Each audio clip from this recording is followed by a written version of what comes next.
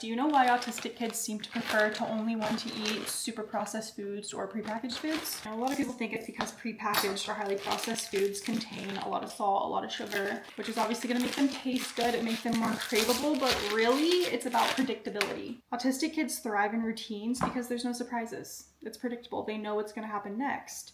And the same thing goes for food. So prepackaged and processed foods, it always is going to look the same, it's going to taste the same, it's going to feel the same, it's going to smell the same.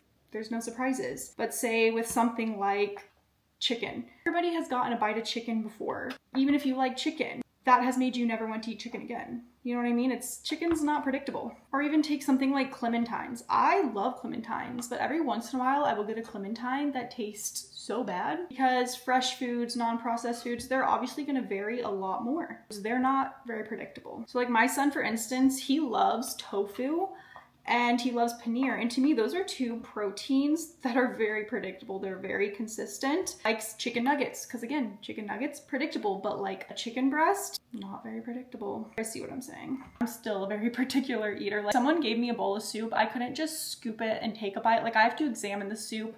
I have to examine every bite. I have to smell it. I have to look at it. And I have to make sure that before I take a bite, I know what I'm taking a bite of. So knowing how picky I am about food, I approach having a picky eater in a very intentional way. He's obsessed with these packs of cheese, I'm trying to recreate it in a way that it looks like it's a prepackaged thing that I bought, but actually having to spend the money on these. So I got these little containers so that they can just appear to be a prepackaged, very predictable snack for him.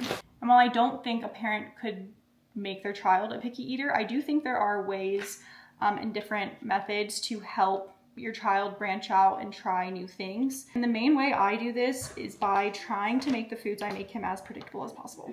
That's why I like to deconstruct any foods that I give him so he can see what he's eating, no guessing, there's no surprises. These I'm doing just some cut up cheese. I tried to cut it up to imitate the way these are cut up.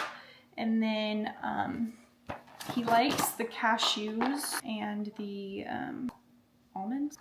Then he also loves these little mini chocolate chips, so I just put these in there too. I always try to put a super preferred food on his plate or like in a snack tray, which would be the chocolate chips. My husband always says, eating begets eating. So if we can get him to eat one thing, he's more likely to eat other things too. Does that make sense? Also debating on printing some labels for these two to make them even more believable.